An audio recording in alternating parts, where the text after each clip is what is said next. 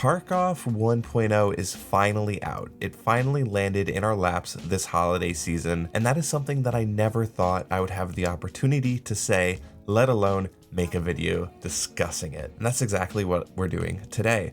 I kind of just wanted to do a vibe check, to talk about how I'm doing, what I love about this 1.0 update, and what I despise about it, and just overall where I am at 2 weeks into release, give or take whenever I post this video. And also, I just wanted to, like I said, vibe check the room. So if you've been playing 1.0, whether or not you're a new player from Steam or a veteran who's been playing since day one, make sure you leave your comments down below discussing what you love, what you hate, and what you want to see in the future. Because remember, this is just the beginning for the official 1.0 Tarkov. While the next 2 months have been slated for nothing but updates and bug fixes and patches, after which we're set to get something called the Scav Life update, or just Scav Life, which we have no idea what that's going to be about, but we can infer based off of the name that it's going to involve some heavy scav improvements, maybe a scav hideout and some other stuff, which would be pretty cool. So again, leave your thoughts down below. I read every single comment. Yes, every single morning I click my bell icon and I read all of the comments and updates that are in there, for better and sometimes for worse.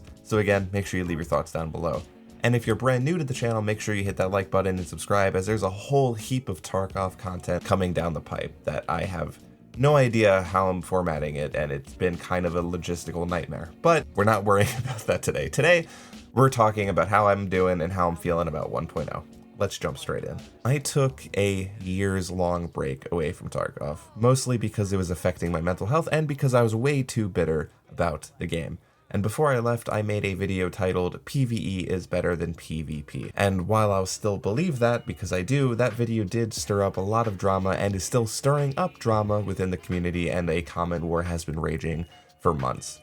And while most of those comments are useless toxic noise, which is one of the things that I've discussed about how unhelpful the community is, some of those comments were actually really impactful, the ones where they weren't just unintelligible toxic ramblings, and they kind of nudged me to reform my perspective about this game and kind of just get less mad about it. And I came back to 1.0 knowing the game is kind of horrible, knowing that I'm bad, knowing that there's people who play nothing else and don't really leave their houses and basements, and I'm okay with it. And so far, because of that year-long break and reforming my idea and perspectives on this game, through the help of some other people, this has been probably the best start of a patch, I guess. I don't even know if we can call them wipes or patches anymore, because forced wipes are over. This has been the best start of an update for me. I made it to level 14 pretty quickly.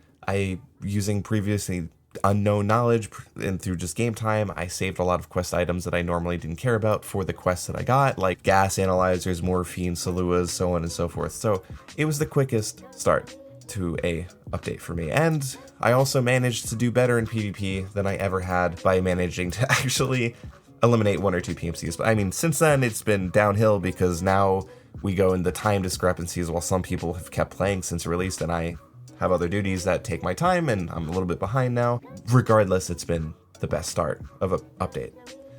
So while that's good, let's focus on that good for a little bit longer. Let's talk about the things that I really enjoy so far, that have kind of really kept me going. First things first, what's most important and what's turning the most heads and kind of contributing to the most motivation to actually play the game, even through the worst parts and the lowest downs, is the fact that Tarkov's story is relatively fully implemented into the game. And what I mean by that is that now there's an intro mission that acts as a tutorial. Right when you launch the game, you're thrown into a very solid cutscene explaining the lore, after which you are thrown into Ground Zero in Tarkov's attempt at a tutorial, which is nice and very cool, with actual character animations and stuff, and voiceover work, which is previously unheard of outside of Lighthouse Keeper, and just being able to go through the motions in a warm-up, I guess.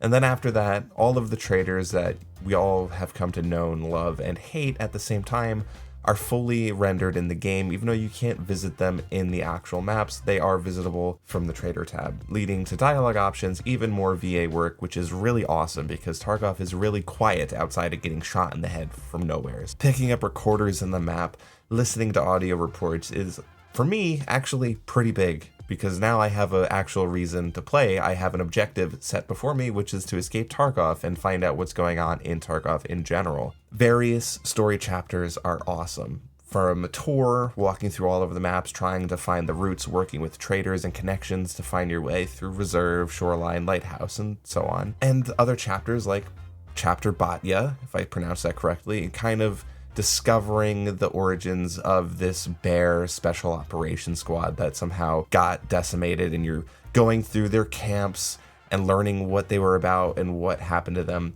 All of that is huge motivation for me to keep playing, because now it's not simply I'm playing to max my hideout, I'm playing to get Kappa, or I'm playing to bully Timmies. I'm playing to see the story and to, I don't want to say role play, but I'm playing to escape from Tarkov. You're playing to not play, essentially. Having the story hanging above me, having something to look forward to finding is so much better than having nothing but doing tasks that feel meaningless, but now they feel like they're significantly more meaningful outside of, you know, leveling up your traders and getting money, because that's what you get as a reward. But now it all makes sense inside of the lens of an actual narrative, or at least Tarkov's version of what a narrative is. I don't know how deep it's gonna get. I don't think it's gonna be like Stalker or anything, but it's just nice to have. To kind of coincide with that, I already pretty much talked about it, but for me personally, the task progression outside of the main storyline, because now tasks are considered side quests, all of this feels a lot better. I'm actually taking the time to read what the traders are saying when you accept them and when you're reading their overview instead of just clicking accept. That's mostly because now the side quests kind of add on to the main quest and they build onto the world. It makes a little bit more sense to follow all of this stuff than it did previously. If you've been playing Tarkov for a long time, you know the audio system in this game has its ups and downs. There's times and patches when the audio system is fantastic and it works great, and there's other times when it's horrible and is borderline unplayable. And I'm happy to report, at least in my playtime so far, that the audio in 1.0 has been pretty dang good. I mean, the transition from interior audio to exterior audio is pretty awesome, sound cues are pretty nice, and just everything around you, immersive sounds, audio cues for people being around you have been clear and have been better, even without headphones. If you're just listening, you can gain a lot of audio. I find myself commonly more now than ever just stopping and listening to hear things. And I've gotten more intel doing that than I have in any of the past wipes I've played in. That could be because the audio engine's better, or just because I got a little bit better, but either way, the audio engine is pretty dang good so far, in my experience, for 1.0. Tarkov also just looks really damn good to play right now. There's been a visual and a performance increase. I know we switched engines from Unreal to Unity or Unity to Unreal, I forget which one exactly, but just NVIDIA DLSS and other settings and tweaking the game. I don't know. I'm loving how Tarkov looks right now after messing with my settings. And I'm pulling frames that I've never pulled before. Commonly, I'm getting like 60 to 50, but I'm pulling like 100, 115, so on and so forth. So visually appealing and also runs really well. And I'm really looking forward to the winter because the winter is my favorite season, so I'm curious to know how snow is going to impact the audio system as well as performance. I do like walking around in some Russian blizzards every once in a while.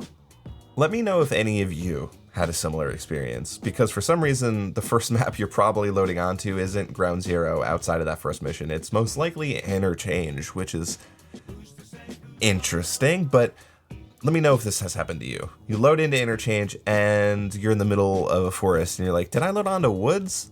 Interchange and some other maps have had some crazy additions. Now, maybe some of these aren't 1.0 specific. They could be from the year past and whatever, like the hardcore wipe, because like I said, I've been gone for a year, but I know at least Interchange's adjustments is 1.0.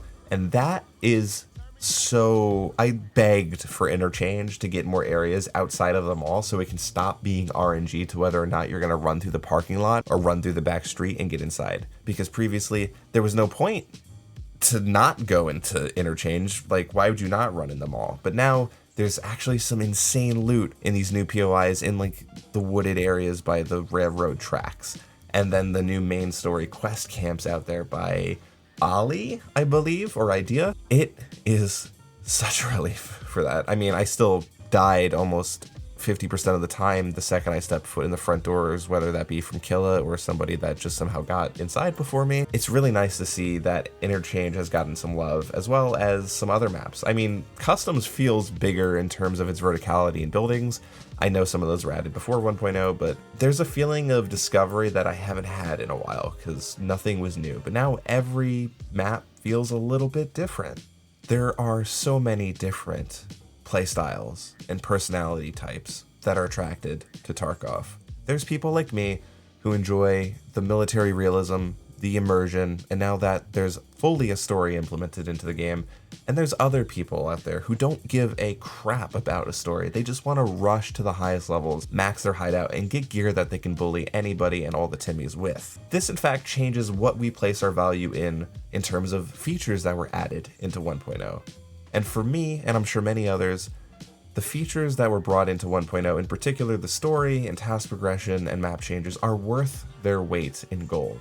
So while my list of things that are good and things that I enjoy while playing Tarkov didn't grow by a whole lot, the things I added to it added so much longevity to the game for me. As much as I would love to stay on the positives and talk about them forever, there were in fact some really stupid things that came out with 1.0 and some just weird logic decisions that I hate and I think are kind of dumb. So we do got to talk about those next.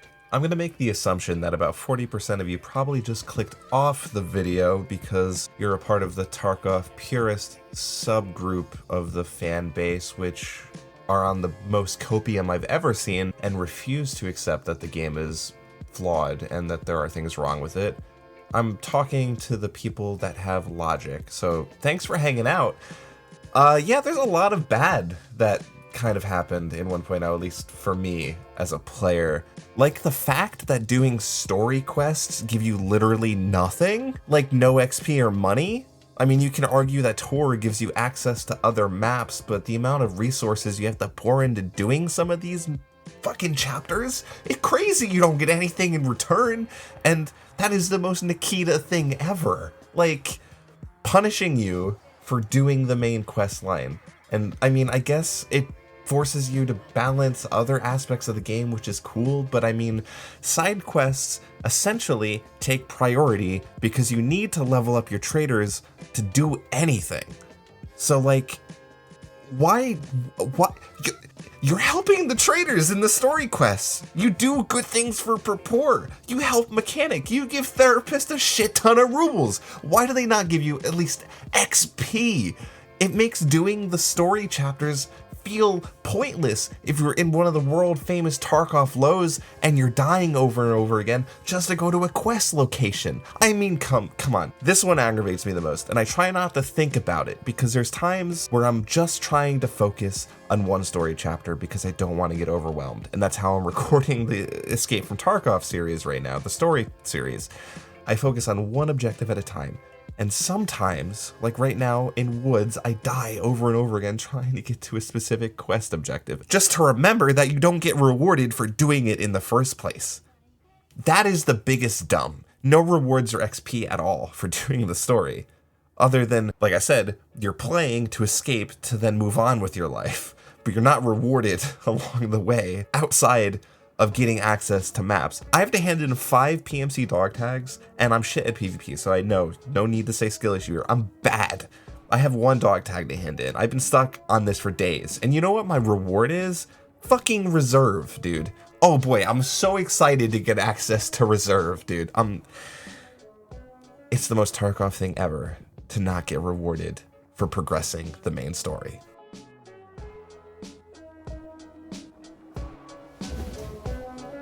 When you're loading into your next raid, you want to make sure you have the best and cleanest energy possible so you're ready to deal with all of the situations about to come your way. A full 3-man squad? Ain't no big deal. An exit camper sitting at the exit? You got this. That's why I am proud to announce that I have a partnership with Dubby. Dubby has a fantastic formula for their gaming energy supplements, chock full of the essential amino acids and B vitamins that's needed to keep you in the zone. And it doesn't have any of the artificial colors or dyes, fillers, and no sugar. With Dubby Energy, you are able to stay on the top of your game without the crash, and come out with a higher extraction rate and with more loot in your pocket. So head over to dubby.gg, pick out your favorite flavor, and use code EMBER69 at checkout to get 10% off. And yes, I did in fact name that EMBER69. That was not random. Whew.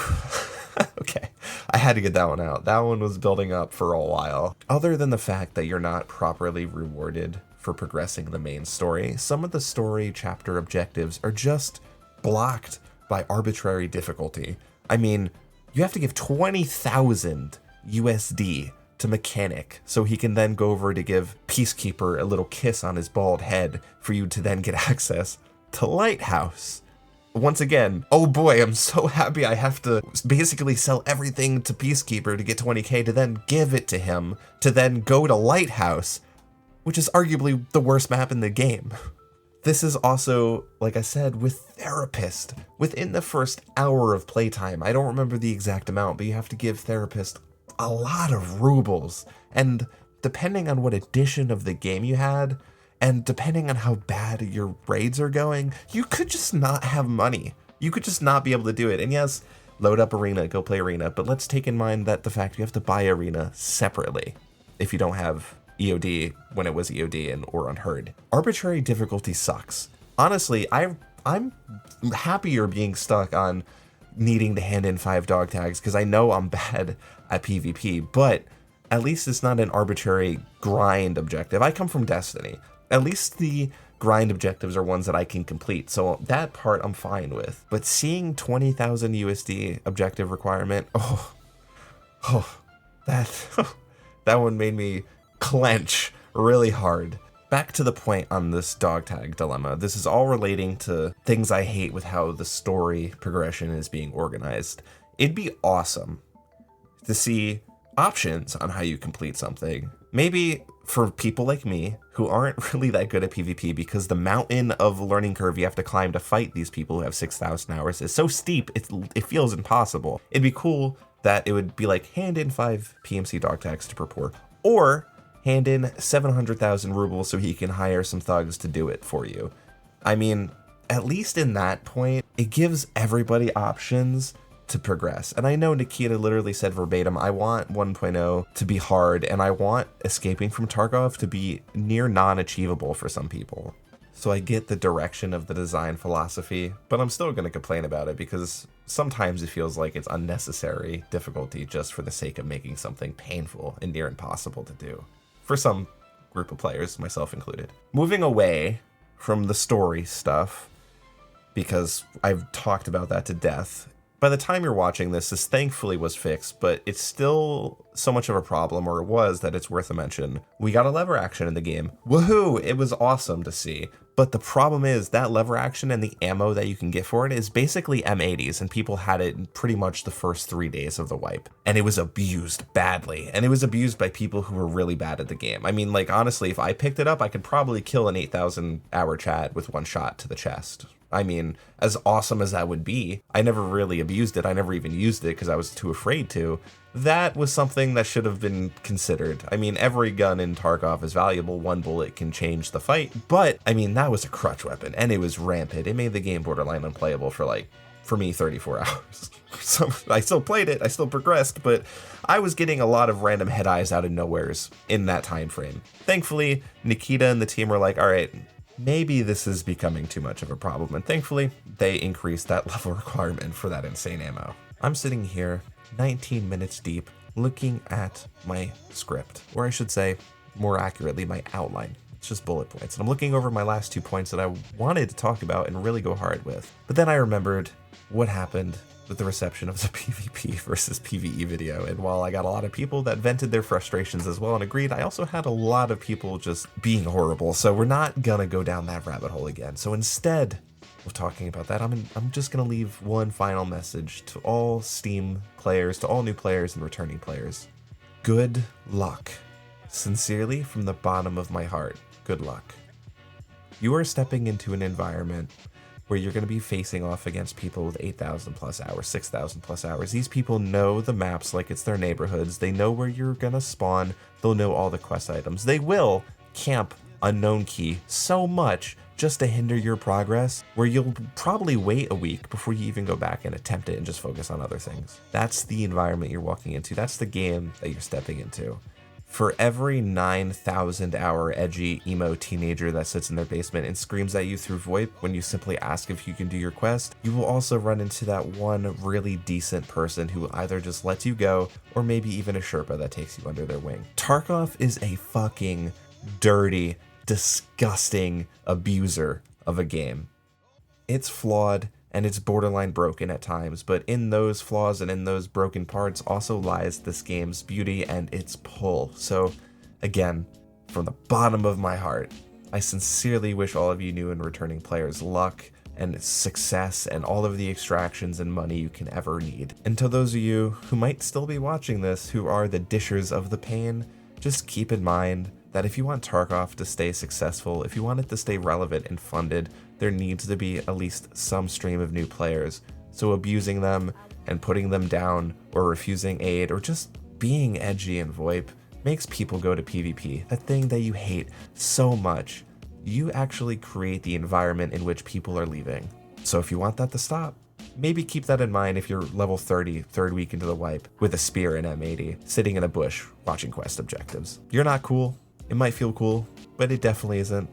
And as General Sam would say, wow, you wiped a squad of new players. Amazing. I hope the serotonin hit was worth the lifelong virginity speedrun.